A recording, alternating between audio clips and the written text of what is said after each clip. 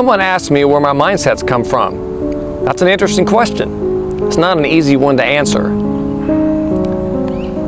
They can come from this right here, from nature, just being outside and being invigorated by how it makes me feel and what it makes me think. But in the beginning, it was something different. In the beginning, it started with something that we all face: anger and frustration. You know those moments in life when you feel everything is just unfair? But instead of lashing out, I turned to writing and looking at things from the inside out, because there's depth to everything, and I needed to understand and not react. And that's where it all began.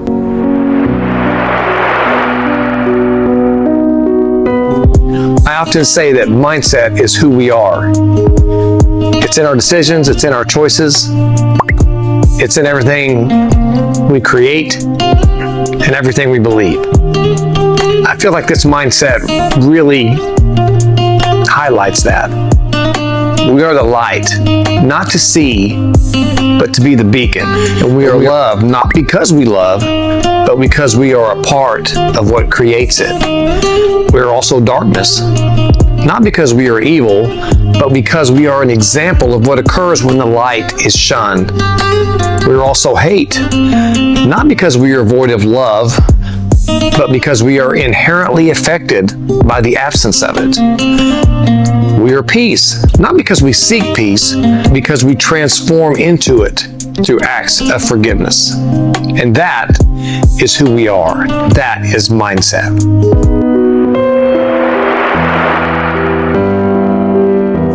Our voices must be louder than the howl of the wolves in the wilderness. The wolves do not fear the sheep, but the cunning and intelligence of the shepherd. It only takes one wolf to be a danger to the flock, but it only takes one voice to strike hesitancy in the wolf as well. Silence is often an invitation to evil, whereas a voice from the wilderness is the protection which keeps it at bay.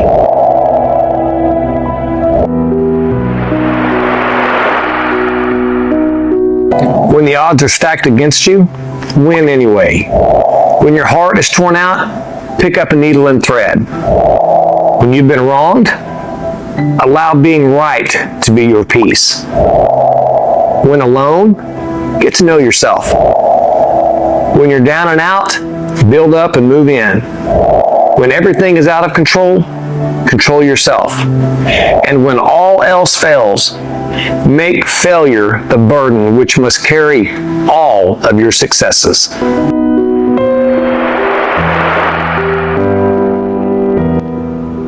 People are always talking today on social media, different platforms, about how to change the world, how to make the world better for you, and how to do this and that. If you really want to know how to change the world, pick up a book. Teach someone the joy of reading. No one wants long form anymore. We don't have time for it. Would you spend $20 for a book with 3 sentences? Not unless you're an idiot. No, words are powerful. Books are powerful. I think that we should be frustrated. So much good work is out there and it's not getting read. It's like everyone says we're moving forward.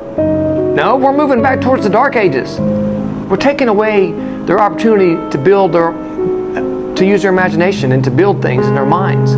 People write for a lot of reasons. They write to enlighten others, they write to entertain, they write to inform. How are we doing that in a few sentences, and how does that make sense? You know, pick up a book. In today's world, there's a good chance that you probably know a self-published author. Have you read their book? Are they your family? Are they your friend? We have more writers today than ever in the history of the world, and probably less people reading, and that's just sad, because they just want to read a sentence or 2 sentences on a social media platform. That's not how you build a creative and informed world. That's how you build an ignorant world. Instead of giving someone the full story, you give them small bits of it, and then they make up the rest, whether it's true or not. This is not progress in a society. I understand there are some of you that don't like to read or have always been.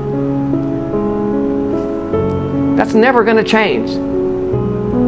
But we are denying so many people, especially young people, the gift of reading. We give them phones instead of books. To me, it just makes no sense. What world are you going to build with a phone? Open a book and read it. And encourage others to read it. And encourage others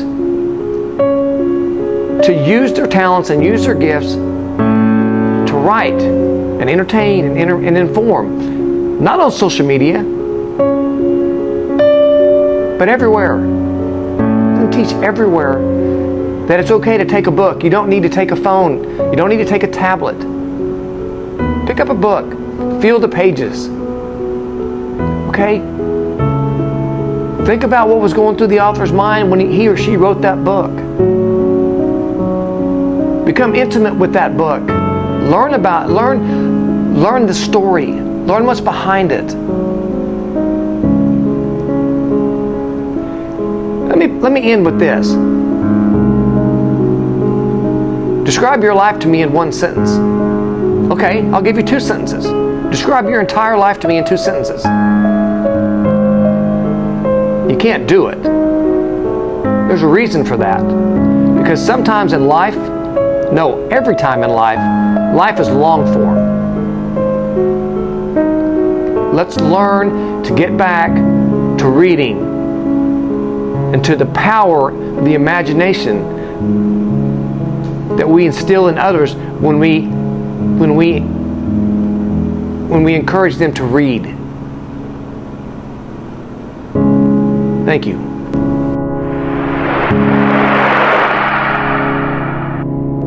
Finding our way seems to imply we may be lost, when in fact, it usually means just finding other ways. If we are not seeking new paths, then we truly will become lost. We are always on some path, but new ones exist because they are meant to take us to new understandings.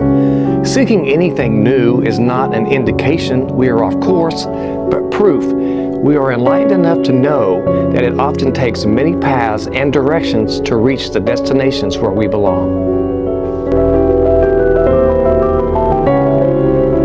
Time passes and we can't save it. Love is created, but it can't perish.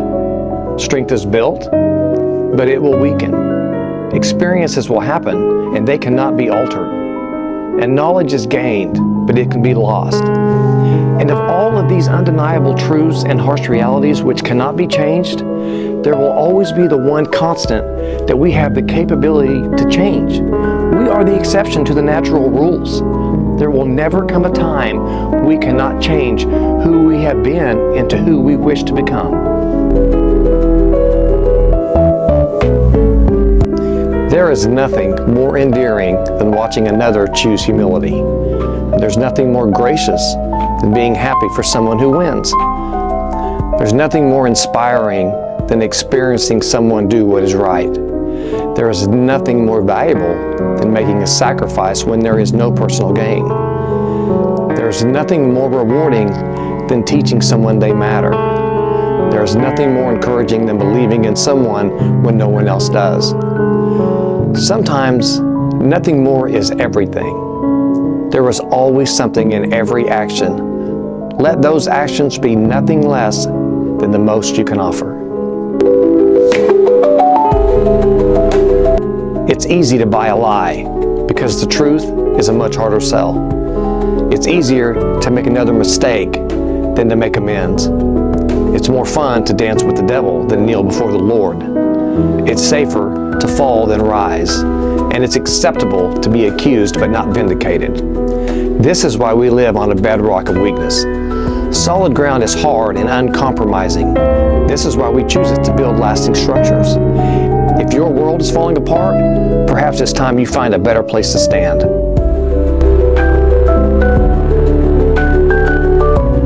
These are the 10 most important lessons I've learned in my life. Number 1, worry is trading gold for stones. It's giving away peace for something that has no value. Number 2, to love and hate begin as choices, but eventually become lifestyles. Number 3, though others' choices may impact your existence, you alone determine the quality of your life. Number 4, owning today's mistakes keeps you from borrowing trouble tomorrow. Number 5, faith in humanity from God is a gift. Faith in God from humanity is an investment. Number 6, forgiveness is the master key that unlocks every door. Number 7, all truths live forever and never stop seeking exposure. Number 8, failure exists nowhere else except in the minds and hearts of those who give up. Number 9, purpose is real. It was assigned to you at creation and will always find you. And number 10, peace is only found in salvation, and salvation is only found in Jesus.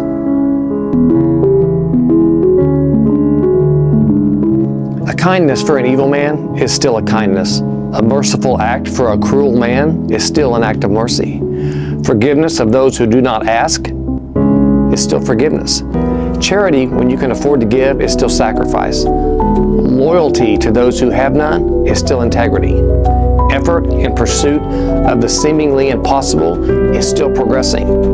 Our actions may often seem futile and feel as though they make no difference. This is because our expectation is our efforts will change the world. The world does not change because our efforts are accepted. It changes because those efforts change us, and therein lies the difference that matters most.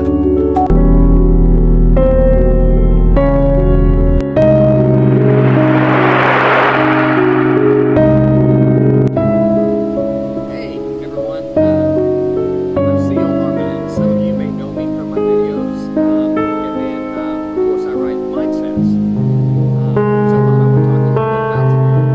So if you kind of look around, this is my, you'll say my place of serenity. So I love the country and I love being out to hear the birds, and I'm fortunate enough to live in a place where I can do that.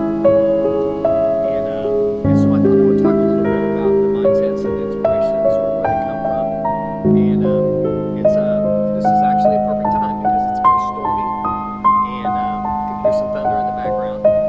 And anyway, so this when I first started writing mindsets, storms and things like that were really huge influence. They affected my mood, and they affected sort of how I felt and how I looked at the world. It just sort of kind of all came together with all this power being around us, and I'm in this little small little part of it. Anyway, and that began to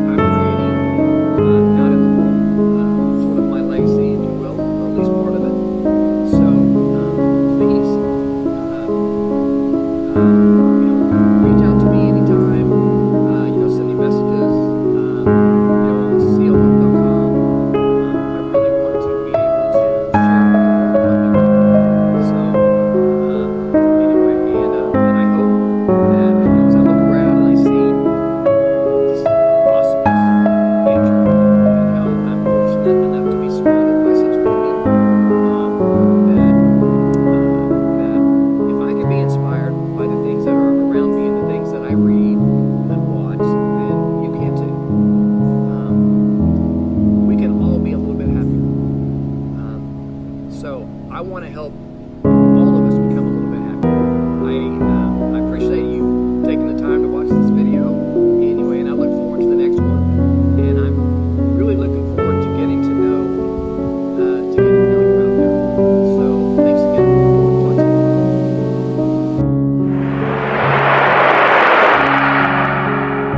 Belief system. Do we ever really think about that? And if we do we ever consider what happens if it fails? And what if it fails after 20, 30, or even 40 years? How do we feel at that point? I know a little something about that. Belief systems are the fundamental basis for every decision we make in our lives. We raise our children, we make business decisions, we make financial choices, we make all kinds of life choices based on that belief system. And I always wondered, I'd never really given it any thought until mine failed. And I didn't even really know that it had failed at the time. After some soul searching and trying to understand what had gone wrong, I began to realize every choice that I had made had an origin in things that people had told me and things that I had learned, and I had taken what I wanted and I put it together and I molded this belief system, which is what we all do. But when that belief system fails, especially when God is a part of it, He usually ends up being the one we blame. That's what happened in my case. And so I feel like we should all take some time and examine our belief systems and look at how God plays into that system. Because I think what we're going to find out, and what I know I found out, is that God is never at fault. Which means something is amiss in the way we have designed and created our belief system. And so I hope everyone takes this, looks at their own belief system to see, to evaluate, and to look at what role. And I will give you a couple of pointers in this from my own experience that comes from my book, Chopping Down the Tree of Knowledge, which is about the system that fails and what role God plays. And I'll tell you what I found out is that God expects a lot from us, not for Himself, but for us, for each other, because He sees us as siblings. And as siblings, we have a responsibility to one another. It's not God's responsibility to do everything for us. It is our responsibility to take care of each other. And at the end of what I considered a failing belief system and the creation of a new one, I found out that we are all responsible for one another. And I hope that those who get this message will take that to heart. Because someone else's prosperity, someone else's happiness might be part of the next choice and decision that you make. I thought I would share this with you because I feel like it's something that we all need to do. Thank you for listening.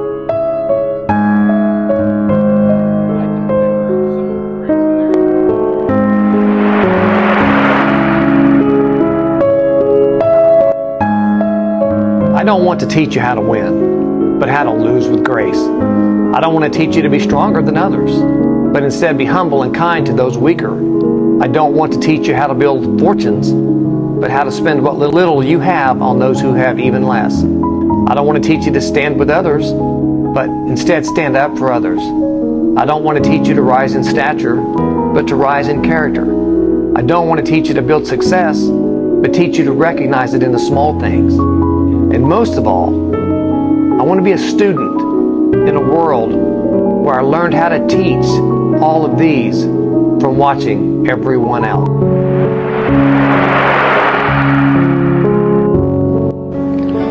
Let me tell you about you. You are more than you realize. You are designed for more than you can imagine. You cannot even fathom the purpose that you are built around. And yes, you are built around a purpose. You are not just a creation with a purpose, and it's at the core of your existence. We are not weak when life becomes difficult. We are strengthened because we are forced to seek that which we are built around. And when we persist in seeking, we discover our power gifted to us in this purpose. We must understand there was nothing left to chance when the elements of our creation were forged. There are no obstacles we cannot overcome and evils we cannot quell. Purpose is power. It's desire defined, patience perfected, and infinite possibilities forged in faith. Once you know this, you have become dangerous to darkness. Our recognition of divine purpose makes us aware of our power, and the devil fears it, for his deceit is no longer a weapon against us. You are dangerous to dishonesty and detrimental to defeat when divine purpose is your priority. And though the world may mire in malevolence, you will not be a slave to it, but instead a master of righteousness. This is power poured and molded within you, clawing for escape. Every greatness which you are capable rests within this power, and every weakness and temptation in creation will stop at nothing to keep it locked within your core. But it will fail, because purpose cannot be caged, only housed until it is awakened. So stay vigilant in the quest to remain unbroken before it awakens. Soon your purpose will wake, making you a giant with the wickedness that attempted to defeat you crushed under your feet. And all the while, heaven rejoices as that purpose arises within you.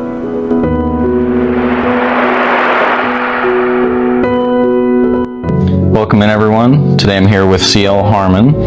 How you doing? I'm well, thank you. Good, good. Today we're going to be talking about his book, Climbing Out of Hell. So if you could please just tell me about Climbing Out of Hell. So, Climbing Out of Hell is a compilation of writings that I call mindsets, which I've been writing for about 25 years. And they sort of started out as these little, I guess you could call them poetry. They were basically just my perspective on looking at the world and things in the world. And so it just sort of evolved into what they are now. So, and it can be on any subject matter. So they're not very long, usually pretty short, and I just try to pack in a lot of meaning in a few words. I think a lot of good things in life start out kind of with a dark origin, because we're a lot of times in life we feel like we're in the dark and we're reaching for the light. This was one of those things. I was, at one point in my life when I was younger, I was clinically depressed, and that tends to give you a very negative sort of outlook on life. But it gave me what I called at the time like a very unique sixth sense of being able to see the world a little bit differently.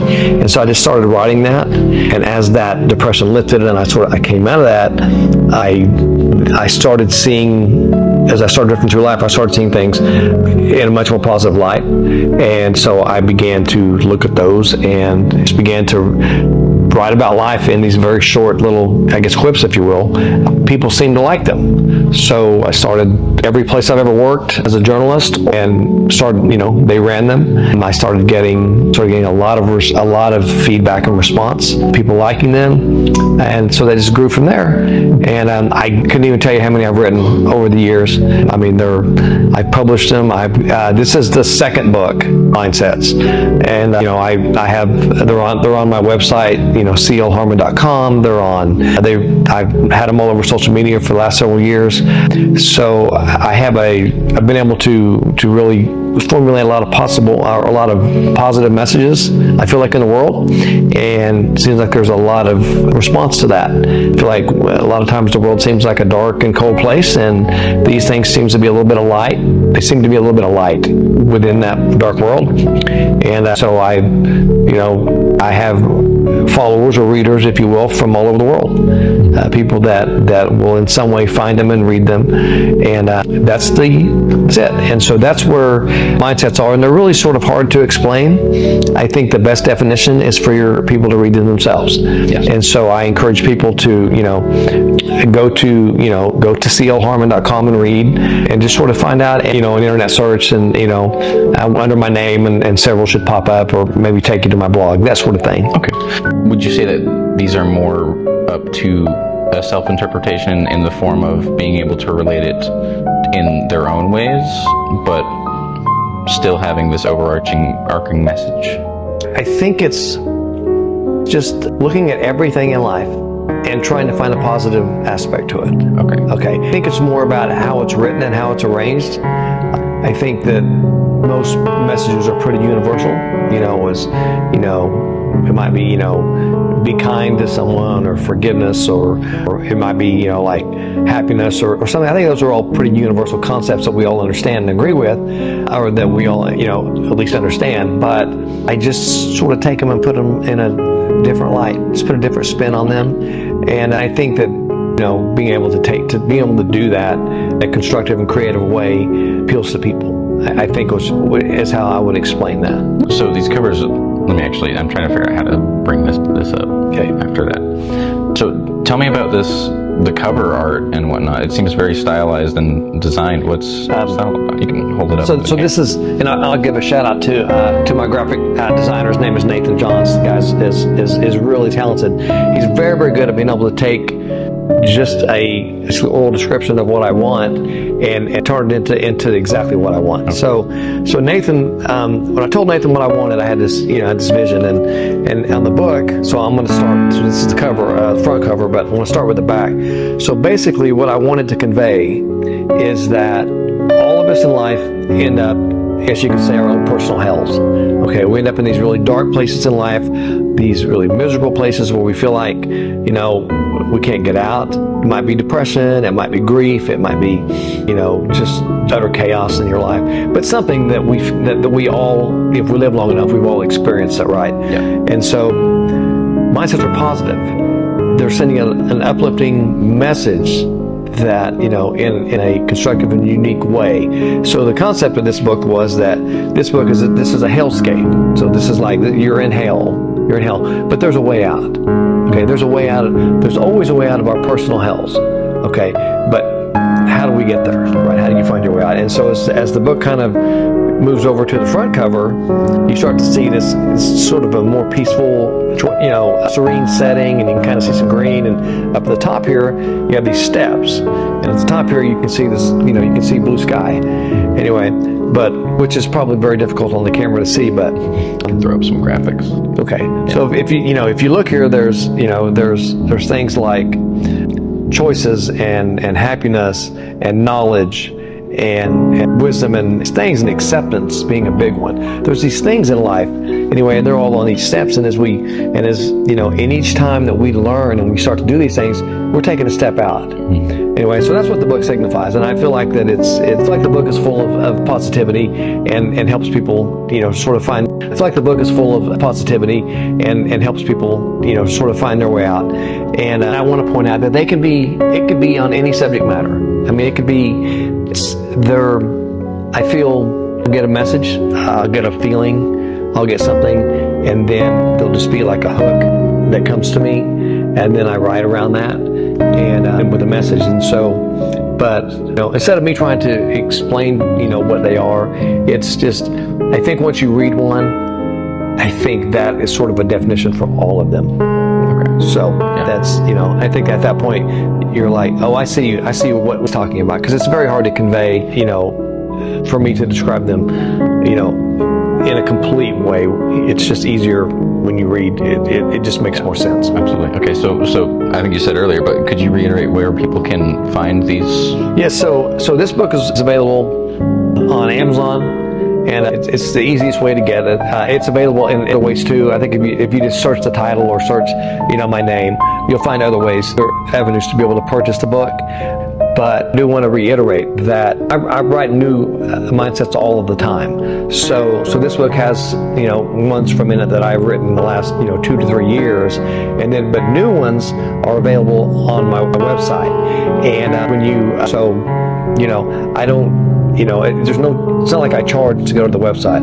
I really do want people to go read positive messages. I want those messages to be out there and to help people. It's not about making money or selling books. Not that I don't want to sell books, of course, but the messages are important to me. I feel like they help a lot. And so I do make them available on the website for people just to go and read, and hopefully, it's the message that they need to hear that day, or they read a message that says, hey, I know somebody that I want to share this with. And so that's, I would like people to go simply because I feel like it's a positive energy that I'm trying to release. in the universe.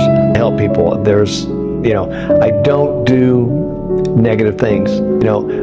I want to leave this world better than I found it, and the only way to do that is to try to make it better and to put positivity in it. And so, there's enough people in the world that put a lot of negativity in there, and I'm just trying to put a little positivity in there and balance that out. So anyway, so I hope people will check them out. Like I said, they can find it on Amazon, and they can also go read them at clharmon.com. Okay, cool. Okay.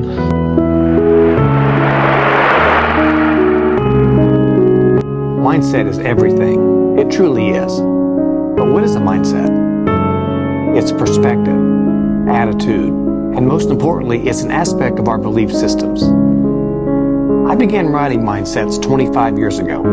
They were born out of a Christian faith, a battle with clinical depression, and a strong desire to help people while learning how to live a joyful and meaningful life with all of them at the same time. They are an effort to reach a part of everyone, regardless of their faith or where they come from. They are a journey through life in words that I hope to share with others in hopes of helping them in their lives. They are experiences where negative and positive become wisdom and not outcomes. Mindsets have been published and read by countless people from around the world. It is my hope that everyone who has read one took a bit of it and added a small bit to their own mindset. What we communicate and put out in the world matters. It propagates change, it defines who we are and who we were. Mindsets are a part of what I put out in the world, and a part I will leave to it. My book, Climbing Out of Hell, is a collection of mindsets with each conveying a particular message, and yet collectively as a book containing a central message of hope, understanding, and a deeper perspective than most of us experience on the surface. It tells a story of rising out of the darkness. The cover of this book is a unique concept. It's one which illustrates coming out of the darkness. It's a hellscape with a set of stairs leading out. Simple in concept, and yet it encapsulates life for so many of us, I think. Finding a way out. Most, if not all of us, feel trapped at times in life. We feel lost in these personal hells, lost as to how we escape. We simply don't know the answers to find the light. But as we traverse our hell in our daily lives, we must only recognize the steps that lead us out are not hidden. It's just that our eyes are closed. They are always there, but only become visible when we speak them. Mindsets are indicators to help us see, recognize, and ultimately find the steps out of our hell. I hope you will check out my book, Climbing Out of Hell, and let it add to your mindset.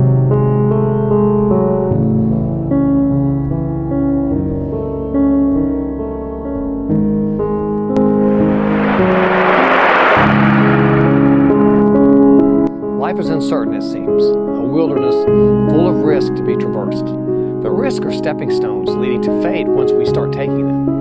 And fate is not idle, but patient, waiting for us, keeping us company, walking with us. And though we may not know our fate, it knows us. It shows us the way through the pitfalls in the wilderness, leading us to what we call risk, and what it knows is fulfillment.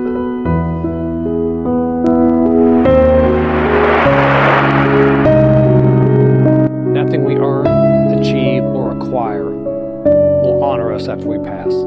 All of it will become worthless or the property of another. The memories and the words that we leave with others will be the only personal part of us that we leave behind. When we embrace this, all that we strive to earn, achieve, and acquire become only goals, and we become the legacy left behind.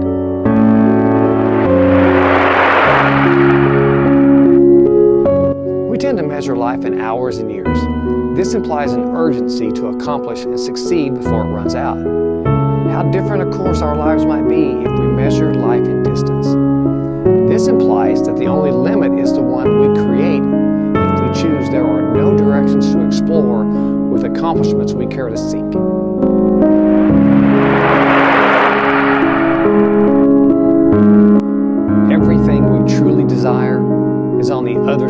struggle. Everything we need to overcome adversity is on the other side of struggle.